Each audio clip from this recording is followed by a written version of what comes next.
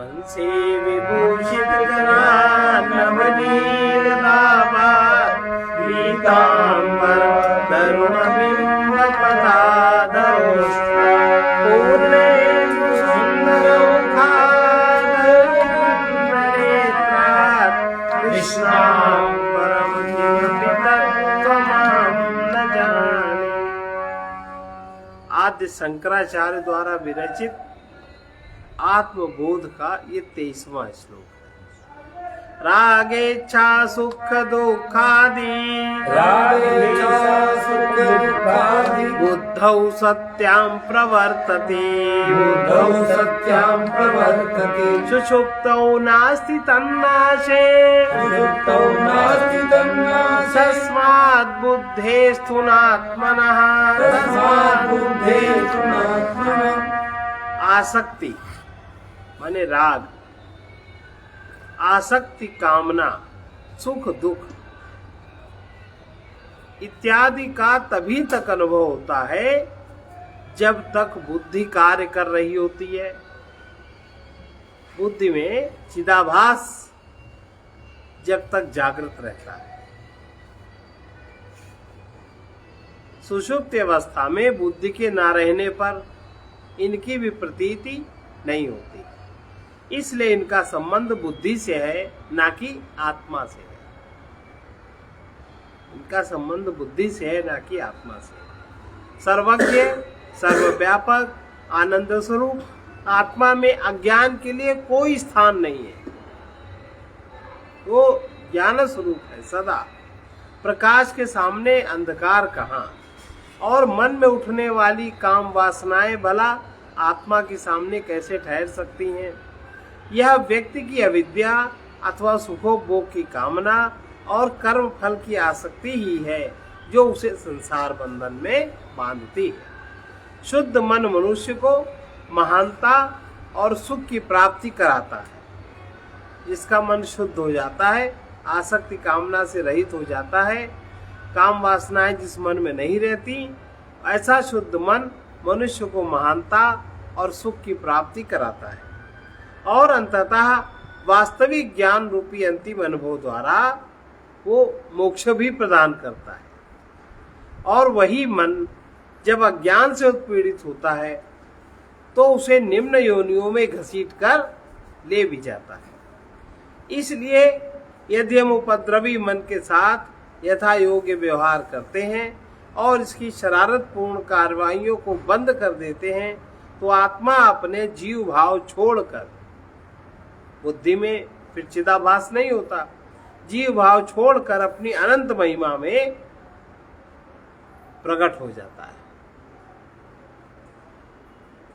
और स्मरण रखो, आसक्ति कामना इत्यादि का संबंध मन से है, आत्मा से इनका संबंध नहीं है। जब तक हम मन के द्वारा काम कर रहे हैं, अब हम लोग का तो मनो में कोश ही बढ़ा हुआ है, जब तक हम मन के द्वारा काम कर रहे हैं तब तक आसक्ति कामना सुख दुख इत्यादि क्रूरताओं के शिकार हैं। लेकिन सुषुप्ति अवस्था में जब हमारा मन अस्थायी रूप से कार्य करना बंद कर देता है, इन सब क्रूरताओं का तुरंत अंत हो जाता है। जब हरा चश्मा से देखा जाता है तो प्रत्येक पदार्थ हरा दिखाई पड़ता है, पर जब खुली आंखों से पदार्थ को देखते हैं तो सारे रंग लुप्त हो जाते हैं। इसीलिए हरेपन का संबंध चश्मे से ही है, आंख से नहीं है। इसी तरह से इन तमाम दुष्प्रवृत्तियों का संबंध मन से ही है और मन के द्वारा ही उनकी प्रतीति होती है, आत्मा से उनका कोई भी संबंध नहीं है। प्रकाशो अर्कस्य तो यस्य शैत्यम अग्निर्यथोष्णता स्वभावः सच्चिदानन्दा नित्य निर्मलतात्मनः जैसे सूर्य का स्वभाव प्रकाश है, उष्णता है, जल का स्वभाव शीतलता है, अग्नि का उष्णता है। इसी तरह से आत्मा का स्वभाव सच्चिदानंद, नित्यता और निर्मलता है। चाहे कोई मनुष्य हो अथवा किसी प्रकार का पशु हो अथवा पेड़ पौधों की कोई भी किस्म ही क्यों न हो, इनमें से न तो कोई मरना चाहता है और न दुख तथा पीड़ा सहन करना चाहता है। इसकी अपेक्षा हम प्रत्येक को ज्ञान में वृद्धि, सुखोपभोग और आत्म संरक्षण के लिए ही सदैव प्रयत्नशील सब लोग रहते हैं। यहाँ तक कि पेड़ पौधों की किस्म भी, उनको भी जब उनके सामने ये प्रैक्टिकल किया गया कि जो उनके सामने कोई जब हथियार औजार लेके जाता है तो इनमें विशेष कंपन होने लगते हैं, और कोई जब ऐसे जाता है बिना औजार के तो शांत रहते हैं, प्रसन्न होते हैं।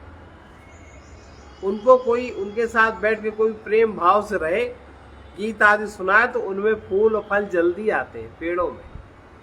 और अगर कोई क्रूरता के अपशब्द कहे ये और लड़ाई झगड़ा क्रोध दिखाए पेड़ों से तो वो सब मुरझा जाते हैं, उनमें भी संवेदना है। चाहे कोई मनुष्य हो अथवा किसी प्रकार का कोई पशु अथवा पेड़ पौधों की कोई भी किस्म क्यों न हो, इनमें से न तो कोई मरना चाहता है और न कोई दुख तथा पीड़ा ही सहन करना चाहता है। इसकी अपेक्षा हम प्रत्येक को ज्ञान में वृद्धि, सुखोपभोग, आत्म संरक्षण के लिए सदैव प्रयत्नशील पाते हैं। कोई भी अपने वास्तविक स्वभाव अथवा धर्म से अलग रह नहीं सकता। जब वास्तविक स्वभाव अलग से धर्म नहीं रह सकता तो क्यों कोई मरना चाहेगा? सबका वास्तविक स्वभाव तो सच्चिदानंदी है, वास्तविकता तो यही है। अब अहंकार में आकर के जो कामनाएं वासनाएं हो जाती, इनके इस प्रकृति के कारण सारी दुर्गति होती है। न तो शीतल अग्नि और न अंधेरा सूर्य ही हो सकता है। अग्नि कभी शीतल नहीं हो सकती और सूर्य में कभी अंधकार नहीं हो सकता। प्रत्येक पदार्थ अपने वास्तविक स्वभाव को तो प्रकट करेगा ही, करता ही रहता है। सूर्य प्रकाश स्वरूप है जो प्रकट भी है। अग्नि की उष्णता स्वतः सिद्ध है और किसी को भी अग्नि के शीतल गोले का अनुभव नहीं होता। इसी प्रकार यदि आत्मा की उसके वास्तविक स्वरूप की दृष्टि से व्याख्या की जाए तो हम यही कह सकते हैं कि आत्मा तो नित्य है, निर्मल है, सच्चिद आनंद स्वरूप है। और इसको हम अगर अहंकार से अपने को न जोड़े तो ये अपने स्वरूप में भी अनुभव होता है।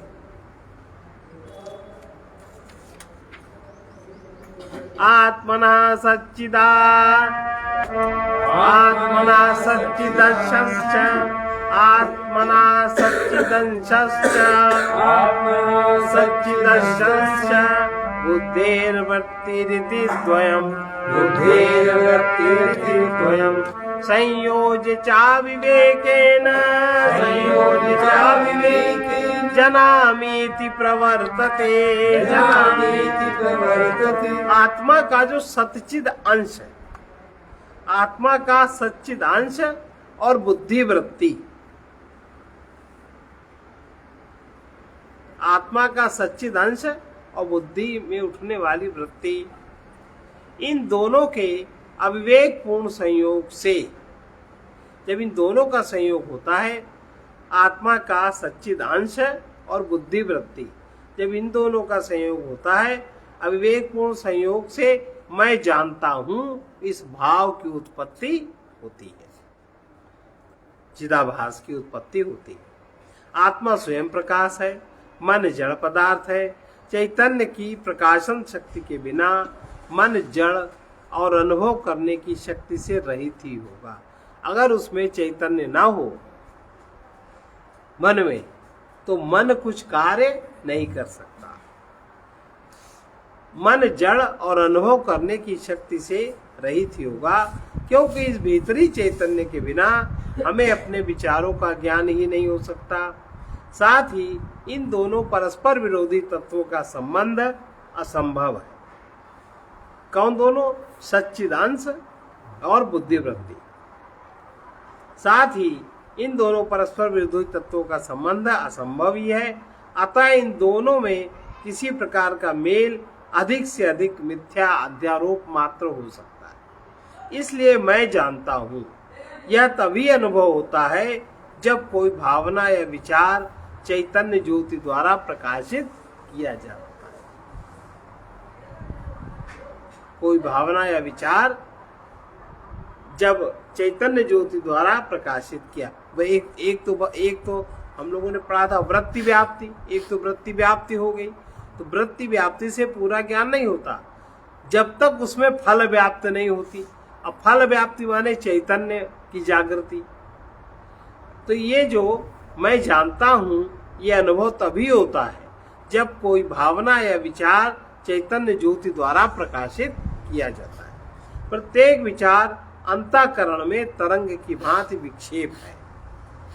जब ये विचार तरंगे हमारे भीतर उठती हैं, सोया हुआ है विचार तली में है, और जब ये उठा, मन में आया या बुद्धि में कोई वृत्ति उठी, तो जो आत्मा है इसका चैतन्य इसको प्रकाशित करता है, जो चिदाभास बनता है चैतन्य द्वारा प्रकाशित की जाती है। और तभी हम कह उठते हैं कि मैं जानता हूँ, मैं समझता हूँ, मैं यह अनुभव करता हूँ, इत्यादि इत्यादि। सूर्योदय होने पर ही समुद्र तरंगों का दर्शन अथवा अनुभव होता है। अगर सूर्योदय न हो तो समुद्र तरंगों का दर्शन या अनुभव नहीं हो सकता। सूर्य ज्योति सभी सतहों पर समान रूप से पड़ती है। रेशमी पर्दे की भांति यह सभी सतहों पर फैल जाती है, और जब तरंगें ऊपर उठती हैं तो ये प्रकाश रूपी पर्दा तरंगों को प्रकाशित करते हुए मानो सभी ओर से उनका आलिंगन करता है। इसी प्रकार हमारे भीतर हृदय में भी चैतन्य ज्योति प्रत्येक विचार की ऊंचाई, चौड़ाई और गहराई को प्रकाशित करती है। हमारा विचार कितना गहरा है, हमारा विचार कितना बड़ा है, किस तल से आ रहा है, इसको सबको प्रकाशित हमारी चैतन्य ज्योति करती है। मन बुद्धि यंत्र नित्य आत्मा और उसकी बोध रूप ज्योति द्वारा, जो मन बुद्धि चित्त अहंकार का ये जो सूक्ष्म यंत्र है, ये नित्य आत्मा और उसकी बोध रूप ज्योति द्वारा सदैव दे दीप्यमान रहता है। सूक्ष्म शरीर में सूक्ष्म शरीर सदैव दे दीप्यमान रहता है कि नहीं? सूक्ष्म शरीर माने मन बुद्धि चित्त और अहंकार।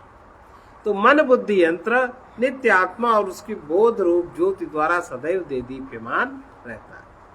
जब बाह्य जगत का ज्ञान इंद्रियों के माध्यम से हृदय में पहुंचता है तो मन पूर्व संस्कारों के आधार पर प्रतिक्रिया करता है।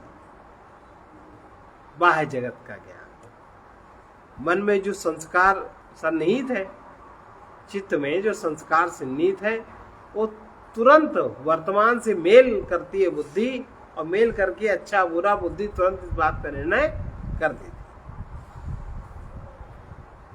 जब बाह्य जगत का ज्ञान इंद्रियों के माध्यम से हृदय में पहुंचता है तो मन पूर्व संस्कारों के आधार पर प्रतिक्रिया करता है, और बदले में यह प्रतिक्रिया कर्मों में अभिव्यक्त होती है। जीवन अनुभवों की अविच्छिन्न श्रृंखला है, अतएव व्यक्ति को इसके प्रति निरंतर प्रतिक्रिया करनी ही पड़ती है। घटनाएं और उनका सामना कैसे किया जाए, ये ज्ञान ही मनुष्य के बौद्धिक जीवन का सार और उद्देश्य है। आत्मा ज्ञान स्वरूप, ये ज्ञान ही है।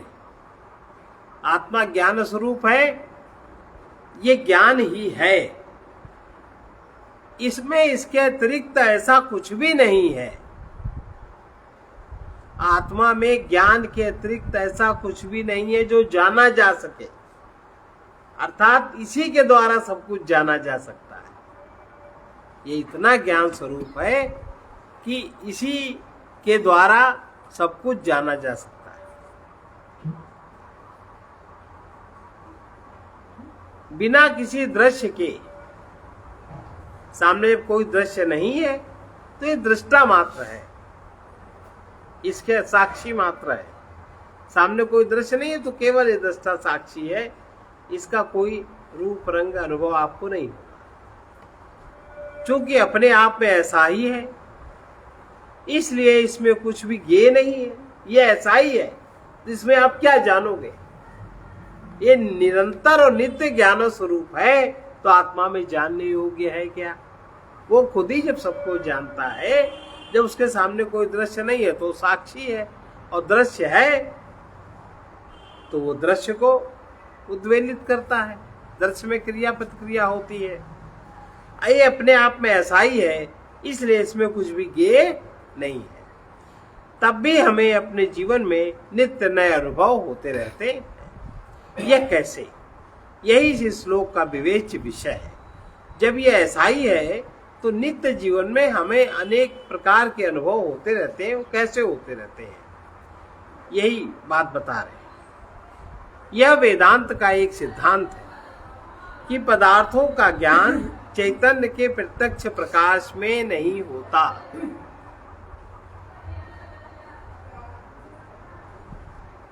पदार्थों का ज्ञान चैतन्य के प्रत्यक्ष प्रकाश में नहीं होता। जैसे अगर डायरेक्ट आत्मा जानना चाहे आपको, बीच में मन बुद्धि आदि ना हो, तो वो कुछ नहीं जान सकता।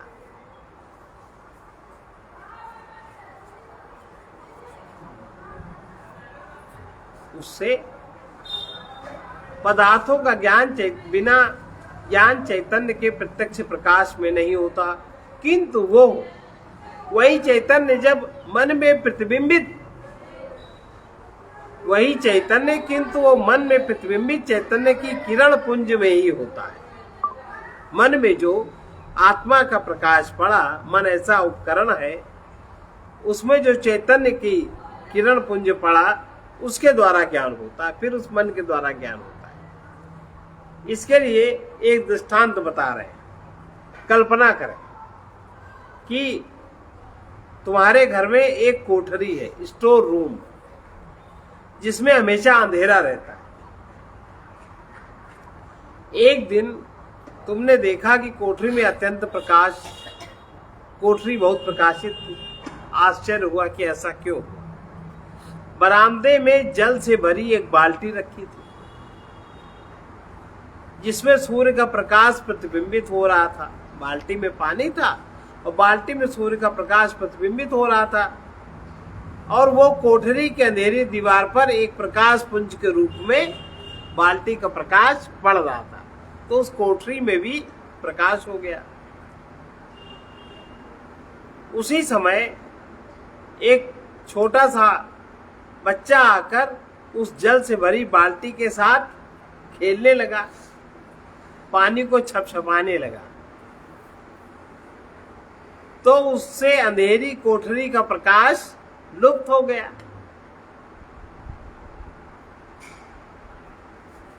क्योंकि जब प्रतिबिंबिक माध्यम में किसी प्रकार की गड़बड़ी होती है, प्रतिबिंबिक माध्यम जिसमें प्रतिबिंब बन रहा है, उसका माध्यम जल है, जब उसमें किसी प्रकार की गड़बड़ी होती है तो प्रतिबिंब प्रकाश भी बिखर जाता है।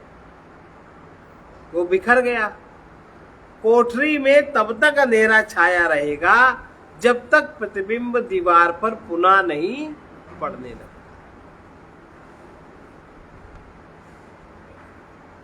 इसी तरह से आत्मा कभी भी, अब देखो, मन में किसी को चेतना का अनुभव क्यों नहीं होता, आत्मा का अनुभव क्यों नहीं होता? आज की मन में किस तरह आत्मा प्रकाशित है, बुद्धि में कैसे प्रकाशित है, चिदाभास का अनुभव क्यों नहीं होता? क्योंकि मन अशुद्ध है, मन तमस है। वो जिस बाल्टी में जल भरा है उसमें मिट्टी बहुत घुली है। मिट्टी माने जड़ पदार्थ, माने मल, और जब मल बहुत घुला है तो उसके द्वारा मन में विक्षेप तो आप जानोगे, लेकिन उसमें प्रकाश का अनुभव बिल्कुल नहीं होगा कहीं। इसीलिए तीन चीजें कही जाती हैं, मल, विक्षेप और आवरण, मल के कारण मन में, बुद्धि में विक्षेप है और उससे एक आवरण बन गया बुद्धि पे, जो कि हमें कुछ समझने नहीं देता। और मल है ये सब सांसारिक पदार्थ और इनकी चाह, ये सब मल है, तमोगुण से बना है, इसलिए सब मल है। कोठरी में तब तक अंधेरा छाया रहेगा जब तक प्रतिबिंब दीवार पर पुनः नहीं पड़ने लगता। इसी तरह से आत्मा कभी भी पदार्थों को सीधे प्रकाशित नहीं करता, लेकिन हमारी बुद्धि में प्रतिबिंबित चैतन्य का प्रकाश एक किरण पुंज डालता है। हमारी बुद्धि में प्रतिबिंबित, बुद्धि में चैतन्य जो प्रतिबिंबित होता है, जैसे जल में जो सूर्य का प्रकाश प्रतिबिंबित हुआ, एक किरण पुंज डालता है जिससे पदार्थ प्रकाशित होते हैं और हमको मैं जानता हूं ये अनुभव कराते हैं। मैं जानता हूं, मैं करता हूं, माने मैं कर्ता बन जाता है और फिर वही मैं जब उसका परिणाम आता है तो मन उसका फिर भोक्ता बन जाता है। कर्ता और भोक्ता यहां बनता है। यही कारण है कि बुद्धिमान व्यक्ति भी जब चिंताग्रस्त होता है तो वो ना तो भली भांति सोच विचार ही कर पाता है और ना ही कुछ समझ पाता है। मन के अशांत होने पर उसके सोच विचार करने अथवा समझने की शक्ति आवरण माने आच्छादित हो जाती है, उसकी समझ आच्छादित हो जाती है, उस पर आवरण पड़ जाता है, मल विक्षेप और आवरण। अतः जब मानसिक तल में विचार तरंगे उठती हैं तो आत्मा का प्रकाश उन विचारों को प्रकाशित करता है मन के माध्यम से। जब विचार चेतना का परिधान पहनता है विचार, तब अहंकार कहता है मैं जानता।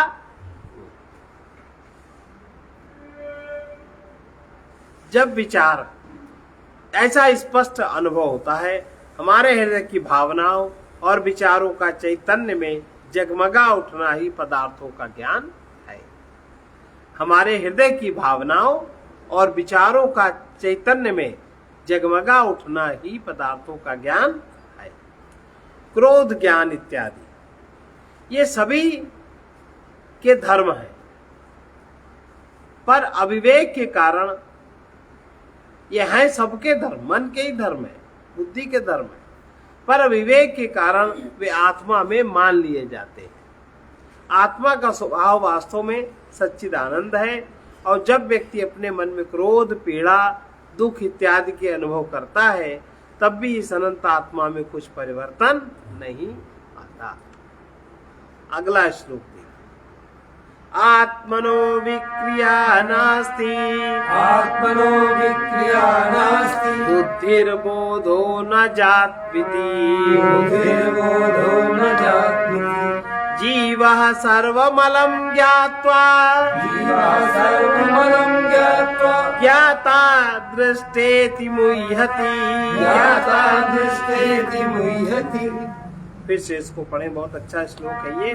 आत्मनो विक्रिया नास्ति, आत्मनो विक्रिया नास्ति, बुद्धिर्बोधो न जात्विति, बुद्धिर्बोधो न जात्विति, जीवः सर्वमलं ज्ञात्वा, जीवः सर्वमलं ज्ञात्वा, ज्ञाता दृष्टेति मुह्यति, ज्ञाता दृष्टेति मुह्यति। आत्मा कुछ भी कार्य नहीं करता, कभी उसने कुछ किया ही नहीं, और बुद्धि में अपने आप जानने की शक्ति नहीं। बुद्धिर्बोधो न जात्विति, बुद्धिर में बोध की कोई, जानने की कोई शक्ति है नहीं, बुद्धि भी जड़ पदार्थ है। जीवा सर्वमलम ज्ञात्वा, लेकिन जीव ही अपने को सबका ज्ञाता और दृष्टा जानकर मोह में पड़ता है। जो बुद्धि में प्रकाशित चैतन्य है, जो अहम है, वही जीव है और वो जीव ही अपने को सबका ज्ञाता और दृष्टा जानकर मोह में पड़ता है। देखिए, आत्मा कभी कुछ कार्य करता नहीं, और बुद्धि में अपने आप जानने की शक्ति है नहीं, लेकिन जीव ही अपने को सबका ज्ञाता और दृष्टा जानकर मोह में पड़ता।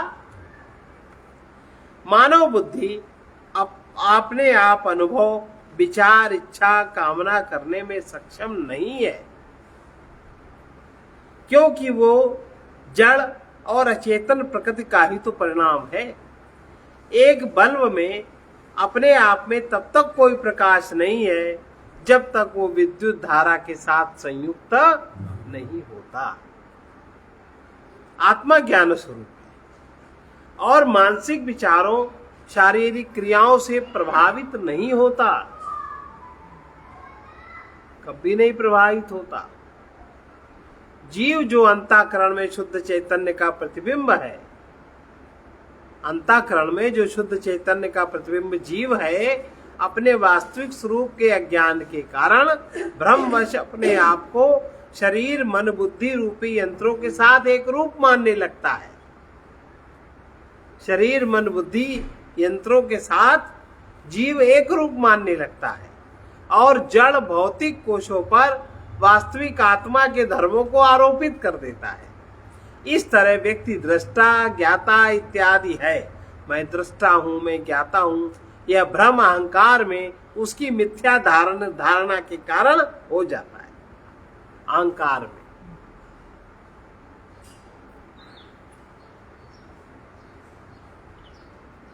अब जैसे कहते हैं कि मैं साक्षी हूं, वाक्य गलत है। साक्षी है, ये वाक्य सही है। साक्षी में मैं नाम का कोई तत्व, मैं तो अहंकार है। आत्मा साक्षी, ये कैसे? इस वाक्य को फिर से सुनिए। आत्मा ज्ञान स्वरूप है और मानसिक विचारों तथा शारीरिक क्रियाओं से कभी प्रभावित नहीं होता। जीव जो अंतःकरण में शुद्ध चैतन्य का प्रतिबिंब है, अपने वास्तविक स्वरूप के अज्ञान के कारण भ्रमवश अपने आप को शरीर, मन, बुद्धि रूपी यंत्रों के साथ एक रूप मानने लगता है और जड़ भौतिक कोशों पर वास्तविक आत्मा के धर्मों को आरोपित कर देता है। इस तरह से व्यक्ति दृष्टा, ज्ञाता इत्यादि है। यह भ्रम अहंकार में उसकी मिथ्या धारणा के कारण होता है। इस समस्त प्रपंच का आधार, जो भी प्रपंच है, अपरिवर्तनशील आत्मा ही है। जैसे आपकी बुद्धि में ये सर्प है, इसका आधार वो पड़ा रस्सी का छोटा सा टुकड़ा ही है। आप उसको सांप समझ के आपने कितनी सारी क्रियाएं कर ली, कितना परेशान हो गए, और वो जरा सा टुकड़ा जमीन पर पड़ा है, वो समझ में नहीं आया। इस समस्त प्रपंच का आधार वो अपरिवर्तनशील आत्मा ही है। जैसे समुद्र में तरंगे उठती और नाश को प्राप्त होती हैं, वैसे ही यह विभिन्न नाम और रूपमय जगत उत्पन्न और नष्ट होता रहता है। ये इसकी क्रिया प्रतिक्रिया चलती रहती है। विभ्रांत अहंकार की कल्पना द्वारा चित्रित उस अधिष्ठान पर अनुभव में आने वाला ये जगत वास्तव में भ्रम ही है। जो अहंकार को विशेष भ्रम है, विभ्रांत अहंकार की कल्पना द्वारा चित्रित उस अधिष्ठान पर अनुभव में आने वाला ये जगत, जो जीव के अधिष्ठान में अनुभव में आने वाला जगत वास्तव में भ्रम ही है। जैसे तरंगे समुद्र में और समुद्र की ही हैं और वे समुद्र के जल से एक क्षण के लिए भी कभी अलग नहीं रहती, इसी तरह से ये सृष्टि रूपी संपूर्ण तरंगे उस अद्वय परम सत्ता में है और उसी की ही है और इनको अपने आप में उस सत्ता से कोई पृथक नहीं कर सकता। यह परम तत्व आत्मा ही है जो देश, काल और कार्य कारण की रंगभूमि पर होने वाले परिवर्तनों से बिल्कुल अछूता रहता है। प्रकाशक चैतन्य वो परम सत्ता है जिसके कारण हमें विभिन्न पदार्थों का और अंतःकरण की विभिन्न क्रियाओं का बोध होता है।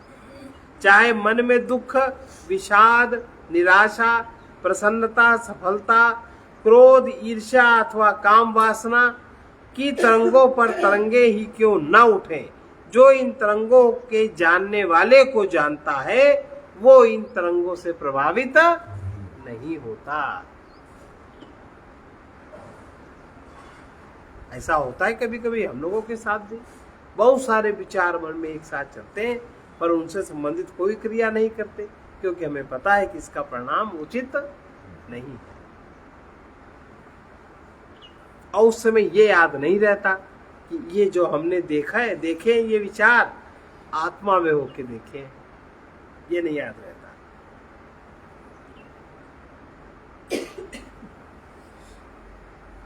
तो प्रकाशक चैतन्य वो परम सत्ता है जिसके कारण हमें विभिन्न पदार्थों का तथा अंतःकरण की विभिन्न क्रियाओं का बोध होता है। चाहे मन में दुख, विषाद, निराशा, प्रसन्नता, सफलता, क्रोध, ईर्ष्या अथवा काम वासना की तरंगों पर तरंगे ही क्यों न उठें, जो इन तरंगों के जानने वाले को जानता है वो इन तरंगों से कदापि प्रभावित नहीं होता। सूर्य दुखद घटनाओं को प्रकाशित करने के कारण धुंधला क्यों पड़े?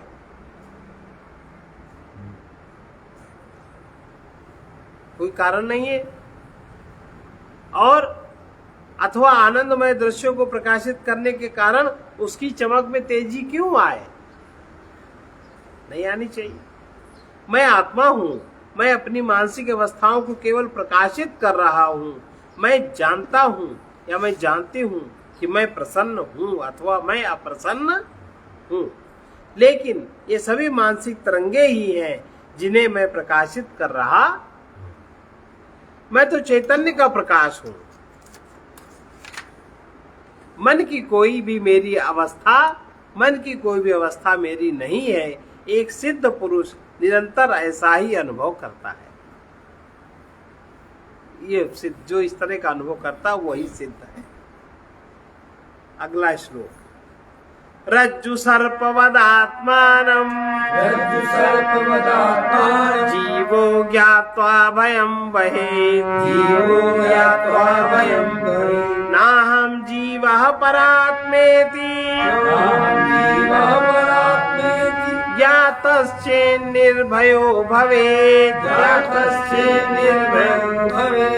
रज्जु में सर्प की भांति, जैसा रस्सी में सर्प का अनुभव होता है, रज्जु में सर्प की भांति आत्मा को जीव मानकर व्यक्ति भयभीत हो जाता है और भय के कारण वो परमात्मा से प्राप्त हुई क्या क्या सुंदर चीजों को खो देता है, हो जाता है ना। रज्जु में सर्प की भांति आत्मा को जीव मानकर व्यक्ति भयभीत होता है। व्यक्ति ये जानकर कि मैं जीव नहीं हूं, परमात्मा ही हूं, निर्भयता को प्राप्त हो जाता है। मैं जीव नहीं हूं, मैं ये विचार नहीं हूं, ये विचार मुझ पे कैसे हावी हो सकता है, मैं इसको देख रहा हूं। निर्भयता हो जाएगी, जितना भी भय है सब दूर हो जाएगा। रज्जु में सर्प की प्रतीति तभी होती है जब हम रस्सी को सही स्वरूप को नहीं देख पाते। जब हम रस्सी को रस्सी नहीं देख पाते तब हम उसमें सर्प मान लेते हैं। जब एक मिथ्या धारणा शुरू होती है तो फिर उससे असंख्य निराधार धारणाएं उत्पन्न हो जाती हैं, कल्पनाएं उत्पन्न हो जाती हैं और व्यक्ति को इन सबके दुष्परिणाम भुगतने पड़ते हैं। अगर व्यक्ति अपने को वही मानता है तो इसके दुष्परिणाम जो उसके मन मस्तिष्क पे पड़ते हैं वो सब व्यक्ति को भुगतने पड़ते हैं। जब हमें रस्सी में सर्प की प्रतीति होती है तो हम सर्प दंश जनित पीड़ा और उससे संभावित मृत्यु इत्यादि अनेक बातों की कल्पना भी करने लगते हैं और उस कल्पना के अनुसार हमारे सामने क्रिया भी होने लगती है।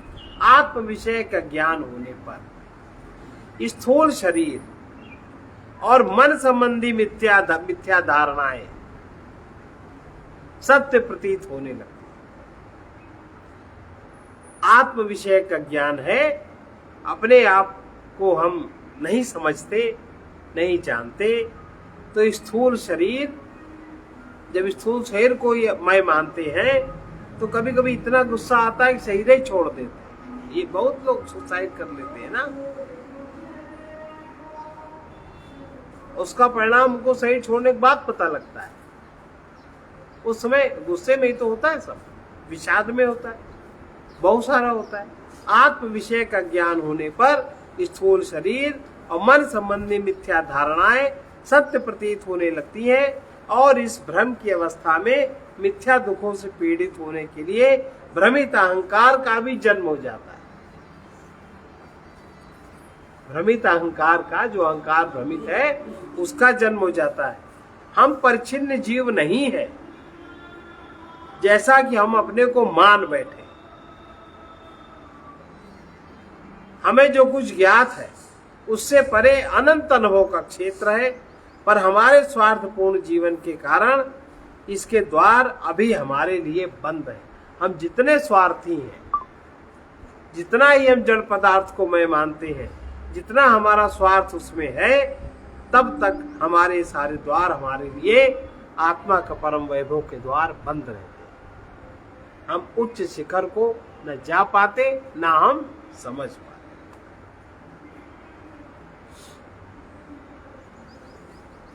ये बात है कि नहीं? बहुत सत्य है। आत्म विषय का ज्ञान होने पर स्थूल शरीर और मन संबंधी मिथ्या धारणाएं हमें सत्य प्रतीत होने लगती हैं और इस भ्रम की अवस्था में मिथ्या दुखों से पीड़ित होने के लिए भ्रमित अहंकार का भी जन्म हो जाता है। हम परिच्छिन्न जीव नहीं हैं, जैसा कि हम अपने को मान बैठे हैं। हमें जो कुछ ज्ञात है इससे परे अनंत अनुभव क्षेत्र है, पर हमारे स्वार्थपूर्ण जीवन के कारण इसके द्वार अभी हमारे लिए बंद है। जब तक हम निस्वार्थ नहीं होंगे, जब तक हम निष्काम नहीं होंगे, तब तक आत्म द्वार हमारे लिए खुलेंगे नहीं। फिर चाहे वो सैद्धांतिक रूप में ही क्यों ना हो, वो जो अभी तक निरंतर भय और दुखी की अवस्था में पड़ा हुआ था, मानो अपने परिच्छिन्न जीवन से जाग उठता है और वो अपने आप को सर्वव्यापक, नित्य और आनंदमय आत्मा पाता है। तत्पश्चात आत्मज्ञानी महात्मा को कभी कोई बाह्य अनुभव होते हैं तो वे यद्यपि पहले की ही भौतिक उपाधियों द्वारा होते हैं, पर अब वे उसके लिए जीवन का शाश्वत गीत ही गाते हैं। वही प्रारब्ध कर्म तो ज्ञानी महात्मा के साथ भी चलता है। वही बात कह रहे हैं कि जब जो भी हमारे स्वार्थपूर्ण जीवन के कारण अभी इस वैभव के द्वार हमारे लिए बंद है, जब व्यक्ति आत्मा के वास्तविक स्वरूप का अनुभव कर लेता है, फिर चाहे वो सैद्धांतिक रूप में ही क्यों न करे, बात को मान ले सुन के कि आत्मा नित्य सत्य और हम आत्मा, इतनी बात स्वीकार कर ले, सैद्धांतिक रूप में ही क्यों न हो, वो जो अभी तक निरंतर भय और दुख की अवस्था में पड़ा हुआ था, मानो अपने परिच्छिन्न जीवन से जाग उठता है। आत्मा को स्वीकार करते ही वो अपने बहुत केंद्रित जीवन से जाग उठता है और वो अपने आप को सर्वव्यापक, नित्य और आनंदमय आत्मा पाता है। तत्पश्चात आत्मज्ञानी महात्मा, इस आत्मज्ञानी महात्मा को जब कभी भी कोई बाह्य अनुभव होते हैं तो वे यद्यपि पहले की ही भौतिक उपाधियों द्वारा होते हैं, जो उसका प्रारब्ध उसी के द्वारा होते हैं, पर अब वे उसके लिए जीवन का शाश्वत गीत ही गाते हैं।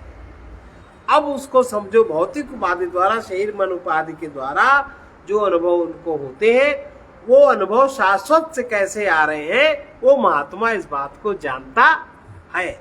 तो वो उसके लिए शाश्वत जीवन का ही गीत गाते ये आत्मा आत्मावभाव सत्य को, आत्मावभाव सत्य को, बुद्ध्यादीनीन्द्रियाण्यपि, बुद्ध्यादीनीन्द्रियाण्यपि, दीपो घटादिवत् स्वात्मा, दीपो घटादिवत् स्वात्मा, जड़ैस्तर्नावभास्यते, जड़ैस्तर्नावभास्यते। जैसे दीपक से घट आदि वस्तुएं प्रकाशित होती हैं, ऐसे ही आत्मा द्वारा बुद्धि और इंद्रियां इत्यादि प्रकाशित होती हैं। ये हमेशा समझना चाहिए। वे स्वयं जड़ होने के कारण अपने आप को प्रकाशित नहीं करते। मार्ग दीप तो अपने प्रकाश में घटने वाली सभी घटनाओं का केवल मौन शांत दृष्टा मात्र ही होता है। रास्ते में इतनी सारी लाइटें लगी होती हैं, ये क्या है? अपने प्रकाश में घटने वाली सभी घटनाओं का केवल मौन शांत दृष्टा मात्र ही होता है। चाहे वो बारात निकले या शव यात्रा निकले, प्रकाश सुख दुख की भावनाओं से प्रभावित हुए बिना अपने समक्ष आने वाले सभी पदार्थों पर अपना प्रकाश डालता है और सभी वस्तुएं प्रकाशित होती हैं। चाहे वो शव यात्रा हो, चाहे वो बारात हो, चाहे वो कार इत्यादि वाहन हो, चाहे कोई मनुष्य हो। पोस्टमैन बांटी जाने वाली डाक और उसमें निहित सामग्री के प्रति उदासीन ही रहता है। वास्तव में जब हम गाड़ी या बस में यात्रा करते हैं तो हम भी सहयात्री के विभिन्न अनुभवों के प्रति उदासीन रहते हैं और उसके लाभ या हानि को कभी अपना लाभ या हानि नहीं मानते। चाहे हम उसकी दशा पर सहानुभूति भले ही व्यक्त कर दें, उस समय हम उसकी मदद भी कर देते हैं, पर उसके दुख के हम प्रकाशक ही बने रहते हैं। उसके दुख से हम अपने आप को दुखी नहीं करते। हमारी अंतरात्मा तो केवल प्रकाशक शुद्ध चैतन्य मात्र ही है, ये सत्य है, जो हर समय हमारे भीतर के अच्छे या बुरे भावों को प्रकाशित करती रहती है। उपनिषद घोष करता है, जो मन की पकड़ में नहीं आ सकता, लेकिन जो मन को जानने की शक्ति प्रदान करता है, उसे ही ब्रह्म जानो, ना कि उसे जिसकी लोग यहाँ उपासना करते हैं। उसे मत जानो जिसकी लोग यहाँ उपासना करते हैं, वो ब्रह्म नहीं है। फिर से देखिए उपनिषद क्या घोष करते हैं, जो मन की पकड़ में नहीं आ सकता, लेकिन मन को जानने की शक्ति प्रदान करता है, उसे ही ब्रह्म जानो, ना कि उसे जिसकी लोग यहाँ उपासना करते हैं। जिसकी लोग यहाँ उपासना करते हैं वो ब्रह्म नहीं हो सकता। अर्थात वो शक्ति जिसके कारण शारीरिक क्रियाएं, मानसिक कामनाएं, बौद्धिक उछल-कूद हमारे लिए स्पष्ट और जीवंत होते हैं। विभिन्न भौतिक पदार्थों में विविधता, सामर्थ्य, ओज, शक्ति इत्यादि में अंतर हो सकता है, लेकिन आत्मा जो प्रकृति की इन तमाम अभिव्यक्तियों में बिल्कुल नहीं बदलता, वही एकमात्र महान तत्व है, जो इस संपूर्ण जगत को क्रीड़ा वास्तव में एक जीवंत क्रीड़ा का स्वरूप प्रदान कर रहा है। अगला श्लोक, सबोधे नान्य बोधेच्छा बोध रूपतयात्मना न दीपस्यान्न दीपेच्छा यथा स्वात्म प्रकाशने। जैसे दीपक को अपने आप को प्रकाशित करने के लिए किसी अन्य दीप की आवश्यकता नहीं है। दीपक तुमको दिखाए कि हम दीपक है, इसके लिए कोई दूसरा दीपक नहीं चाहिए। इसी तरह ज्ञान स्वरूप आत्मा को अपने आप को जानने के लिए किसी अन्य ज्ञान की आवश्यकता नहीं है। घर के अंधेरे कमरे में पड़े फर्नीचर को देखने के लिए प्रकाश की आवश्यकता है, लेकिन फर्नीचर को प्रकाशित करने वाले प्रकाश को देखने के लिए क्या किसी अन्य प्रकाश की आवश्यकता है? यह संसार में सभी पदार्थों के प्रकाशक सूर्य को देखने के लिए हमें किसी और प्रकाश का सहारा नहीं लेना पड़ता, क्योंकि सूर्य अपने आप में प्रकाशक स्वरूप है। आत्मा जो वास्तव में हर समय तमाम प्राणियों के अनुभवों की प्रकाशक ज्योति है, उसे समझने, जानने और अनुभव करने के लिए किसी दूसरे प्रकाश की जरूरत नहीं है, क्योंकि यह आत्मा सत्स्वरूप है तथा ज्ञात और अज्ञात संपूर्ण सृष्टि के ज्ञान का प्रकाशक है। यह आत्मा सर्व प्रकाशक चैतन्य स्वरूप है। यदि प्रकाश के सामने फर्नीचर इत्यादि को हटा लिया जाए तो भी प्रकाश का अस्तित्व समाप्त नहीं होता। इसी तरह से चाहे जगत के संपूर्ण पदार्थ जागृत, स्वप्न और सुषुप्ति अवस्था के तमाम अनुभव न रहें, तब भी चैतन्य पहले की तरह ही प्रकाशित होता रहेगा, क्योंकि आत्मा नित्य और स्वयं प्रकाश ही है। सब प्रकाशों के इस स्रोत को जानने के लिए किसी अन्य प्रकाश की आवश्यकता नहीं है। जब तक मैं बहिर्मुख हूं, केवल मैं इंद्रियों के माध्यम से जगत के पदार्थों को पकड़ना जानता हूं, तभी तक बाह्य जगत प्रकाशित हो रहा है। जब तक मैं बहिर्मुख हूं, तभी तक बाह्य जगत प्रकाशित हो रहा है। जिस क्षण मैं भीतर की ओर मुड़ता हूं और मेरा ध्यान अंतर्मुख होता है, मैं अनुभव करता हूं कि वही प्रकाश वास्तविक है, जो सर्वत्र केवल मेरे हृदय को ही नहीं बल्कि संपूर्ण प्राणी जगत के तमाम अनुभवों को प्रकाशित कर रहा है। यदि हम विद्वान ऋषियों और महात्माओं द्वारा दिखाए गए मार्ग का श्रद्धा पूर्वक अनुसरण करें, तो चाहे हम कोई भी विधि अपनाएं, हमें इस वास्तविकता का अनुभव हुए बिना नहीं रह सकता। बुद्धि उस एक रस पूर्ण सत्ता को ग्रहण नहीं कर सकती, क्योंकि वो ज्ञेय पदार्थ नहीं है। दूरबीन से मैं अपने आप को नहीं देख सकता, उससे मैं अपने आप के और आसपास के ही पदार्थों को देख सकता हूँ। इसी तरह जब तक बुद्धि है, तब तक अपने से भिन्न पदार्थों और घटनाओं का विवेक करने, उन्हें समझने, उनका विश्लेषण करने के लिए यह वास्तव में बहुत उपयोगी है। क्या बुद्धि है? पर जब हम भावातीत तत्व को अपनी परिच्छिन्न बुद्धि द्वारा दृश्यात्मक रूप में जानने का प्रयत्न करते हैं, तो मानो बुद्धि एक असंभव और अव्यवहार्य वस्तु की प्राप्ति के लिए प्रयत्नशील है, क्योंकि आत्मा ही अपना स्वरूप है जो स्वयं बुद्धि को प्रकाशित करता है। स्थूल शरीर एक अनुभवगम्य पदार्थ है। सूक्ष्म मन इस स्थूल उपाधि से सूक्ष्म और पृथक है, शरीर से सूक्ष्म और पृथक है। बुद्धि और भी अधिक सूक्ष्म है, पर यह भी हमारे द्वारा अनुभव किया जाने वाला पदार्थ ही है। जब हम अपने भीतर आंतरिक कक्षों में गहरा गहरा उतरते जाते हैं, तो हमारा विचारों के सूक्ष्मतम स्वरूप से सामना होता है। जो भी मैं जानता हूं, वो विचारों का सूक्ष्मतम स्वरूप भी मैं जानता, मैं समझता हूं इत्यादि हमारे विचारों और आदर्शों की क्रीड़ा का बौद्धिक क्षेत्र है।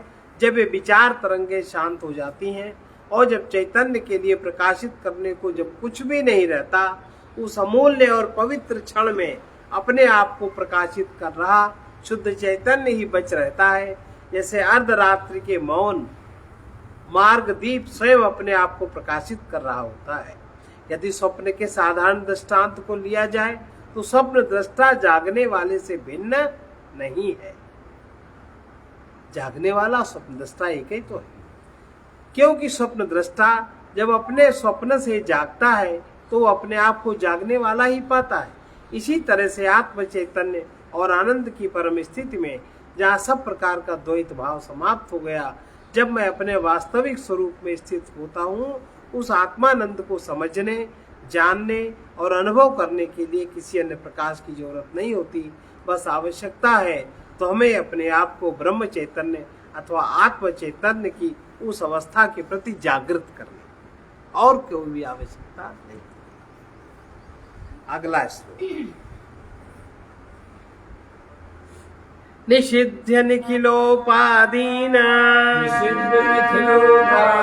नेति नेतीति वाक्यता विद्यादैक्यं महावाक्यै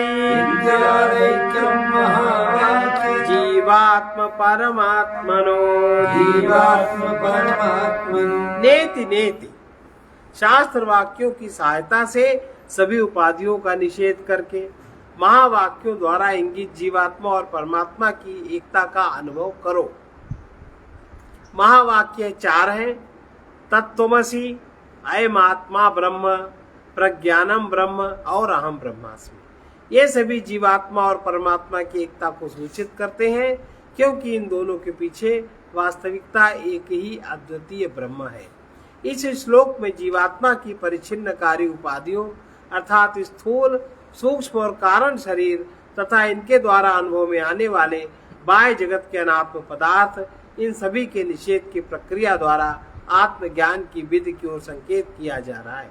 यह विधि साधक को आगे आगे ले जाती है और इसकी परिणति इस अंतिम अनुभव में होती है कि जीवात्मा अपने वास्तविक स्वरूप में सिवाय परमात्मा के और कुछ भी नहीं है। मेरे भीतर का शुद्ध चैतन्य ही अद्वैत सत्ता है और यही तत्व जो तुम में और सब प्राणियों के भीतर है सर्वत्र व्याप्त आत्मा है। गुरु तत्वमसि द्वारा इस तत्व का हमें उपदेश देते हैं। सत्य का जिज्ञासु लक्ष्य की प्राप्ति को तीव्र अभिलाषा के कारण इन उपाधियों और उनसे संबंधित बाह्य जगत के पदार्थों अर्थात शरीर और उसके विषयों, मन और उसकी भावनाओं, बुद्धि और उसके विचारों का विश्लेषण करता है। अपनी विवेक शक्ति द्वारा वो उन्हें अनात्मा जानकर उनका निषेध कर देता है। मन और बुद्धि के दृश्य होने के कारण काल देश कारण का भी निषेध कर दिया जाता है। नेति नेति इस निषेध प्रक्रिया द्वारा जब व्यक्ति यह अनुभव कर लेता है कि बाह्य और आंतरिक अनात्म कोशों में से वो कुछ भी नहीं है, तो सब पदार्थों में ओतप्रोत एक ही नित्य तत्व का ज्ञान और अनुभव उसके लिए अनित्य पदार्थों में से एकमात्र नित्य तत्व के रूप में जीवंत अनुभव बन जाता है। महावाक्य केवल सूत्र मात्र ही नहीं है, लेकिन वे ऐसी स्वर्ण कुंजियां हैं जो हमारे लिए वाणी और बुद्धि की पहुंच से परे अधिक उपयोगी अनुभव के द्वार खोल देती है। मिथ्या के निषेध, वास्तविक तत्व के प्रतिपादन की प्रक्रिया द्वारा व्यक्ति अहम ब्रह्मास्मि इस परिपूर्ण और भावपूर्ण आध्यात्मिक अनुभव की पवित्र भूमि में प्रवेश कर जाता है। द्वैतवादियों की हमें शंकर सिद्धांत के विरुद्ध प्रायः एक आलोचना सुनने को मिलती है कि सभी महावाक्यों में अनेकत्व का भाव ही तो निहित है। द्वैतवादियों के अनुसार तत्वमसि महावाक्य अपने दो सर्वनामों द्वारा दो विभिन्न तत्वों की ओर ही तो संकेत करता है। तत्का अर्थ वे बताते हैं अज्ञात लक्ष्य जिसका कि हमें अनुभव करना है, और तोम का अर्थ है जिज्ञासु। अतः यहाँ जिज्ञासु और लक्ष्य ये दोनों पक्ष स्पष्टतया पृथक रूप से विद्यमान है। दो भिन्न पदार्थ एक नहीं हो सकते, इसलिए जिज्ञासु लक्ष्य के साथ अधिक से अधिक सापेक्ष संबंध ही रख सकता है और वो कभी उसके साथ न एकता की आशा कर सकता है और न इस तरह कभी पूर्ण हो सकता है। आचार्य शंकर इस विवादास्पद विषय का समाधान इस प्रकार करते हैं कि हम साधारण वार्तालाप में वास्तव में एक अद्वैत तत्व की ओर संकेत करने के लिए कृत्रिम द्वैत भाषा का प्रयोग करते हैं। उदाहरण के लिए यह वो गुप्ता है, यहाँ यह और वो ये दोनों सर्वनामों का प्रयोग किया गया है। यह वो गुप्ता है, यहाँ ये और वो दो सर्वनाम का प्रयोग किया गया है जो वास्तव में एक ही गुप्ता की ओर इशारा करता है। अंतर केवल गुप्ता के इर्द गिर्द की उपाधियों में ही है, गुप्ता में कोई अंतर नहीं है।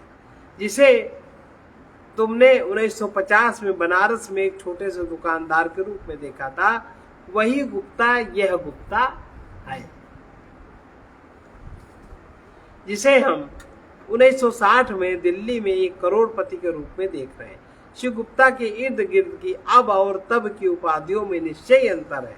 बनारस दिल्ली नहीं है, 1950-1960 नहीं है और एक साधारण दुकानदार करोड़पति नहीं है। लेकिन जब ये उपाधियां हटा दी जाती हैं तो वो व्यक्ति जिसे तुमने पहले किन्हीं विशेष परिस्थितियों में बनारस में देखा था, अब उसी व्यक्ति को हम भिन्न देश काल परिस्थितियों में यहाँ देख रहे हैं, पर है गुप्ता वो वही। इसी तरह शरीर, मन और बुद्धि की उपाधियों से परिचिन्न, अपनी ही वासनाओं से बद्ध, अनंत विषयों द्वारा प्रलोभित, अनंत दुखों और परेशानियों से पीड़ित यह जीव वास्तव में वही उपाधि रहित अनंत अव्यय सच्चिदानंद तत्व है। अपनी परिचिन्नताओं और दुखों की इस अवस्था में जीव आनंदमय अनंत ब्रह्म नहीं हो सकता। फिर भी जब जीव तमाम भौतिक अलंकरणों से उपराम हो जाता है तो यह अहंकार केंद्रित व्यक्तित्व से छुटकारा पा जाता है और उसे दिव्य सत्ता का अनुभव हो जाता है। असि शब्द जीव और ईश्वर इन दोनों में सामान्य तत्व की ओर संकेत करता है। अनंत तत्व जब प्रकृति द्वारा परिच्छिन्नता को प्राप्त होता दिखता है तो जीव कहलाता है, और वही जीव उपाधियों से जब ऊपर उठ जाता है तो अपने आप को निर्मल दिव्य तत्व के रूप में, ईश्वर या आत्मा के रूप में पहचान लेता है। बस।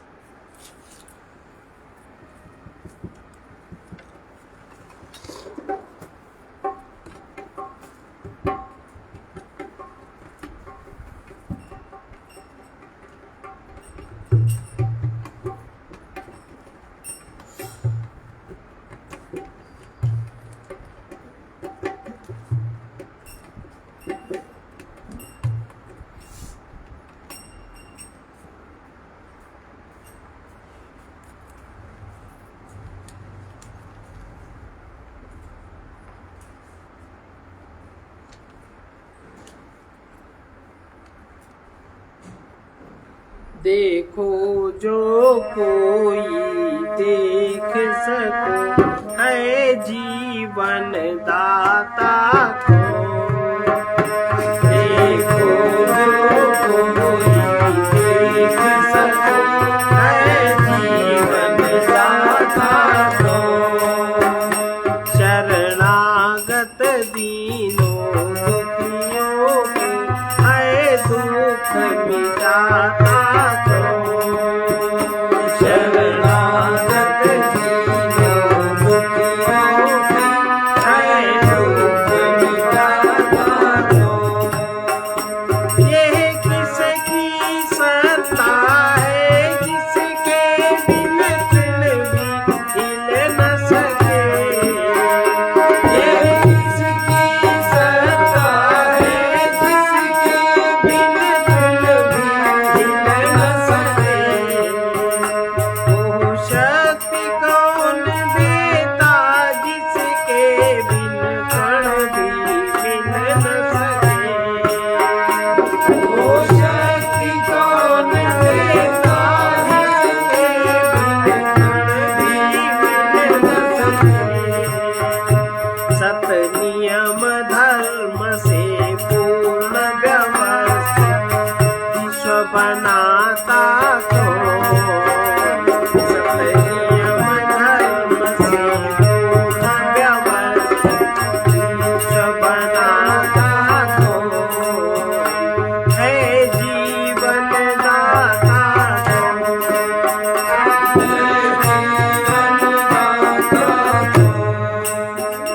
वो कौन जागता रहता है जब हम सो जाते हैं। वो कौन जागता रहता है जब हम सो जाते हैं। है कौन याद रखता हमको जब हम खो जाते हैं। है कौन याद रखता हमको जब हम खो जाते हैं।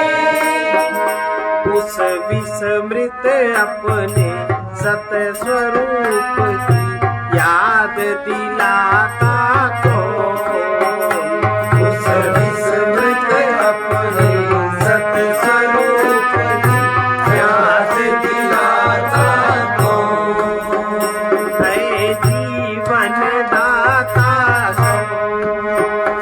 है जीवन दाता को। देखो जो कोई देख सको है जीवन दाता को। देखो जो कोई देख सको है जीवन दाता को। होता भीषण संहार कहीं नव सृजन दिखता है। होता भीषण संहार कहीं नव सृजन दिखता है। ये मिट मिट करके सुंदर होना कौन सीखता है। यह मिट मिट करके सुंदर होना कौन सीखता है। इस जड़ के अशुभ चिन्मय जीवन का है निर्माता को। इस जड़ के अशुभ चिन्मय जीवन का है निर्माता को है जीवन दाता को। है जीवन दाता को। शरणागत दीनों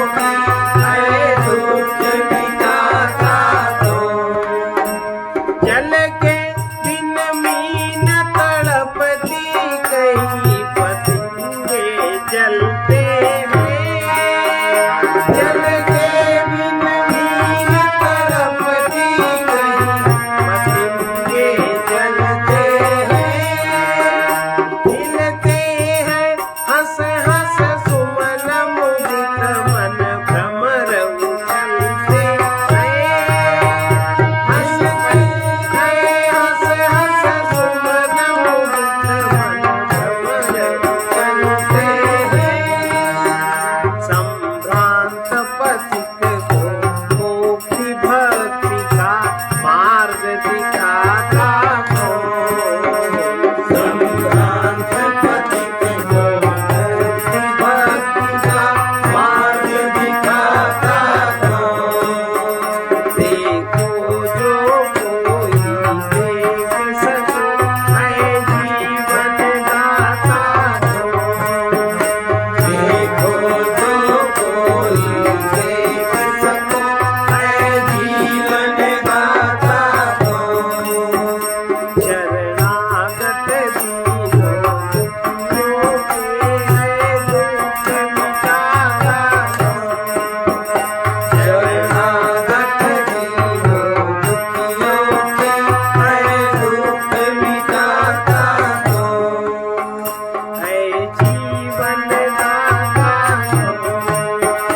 है जीवन दाता कौन? इसका संत वचन है, देखने की दर्शन की क्षमता, देखने की क्षमता या दर्शन की क्षमता प्रज्ञा में होती है।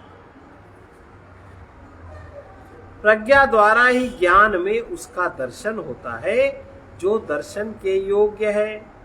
दर्शन के योग्य सर्वोपरि महान सर्वाश्रय परमात्मा है, भगवान है।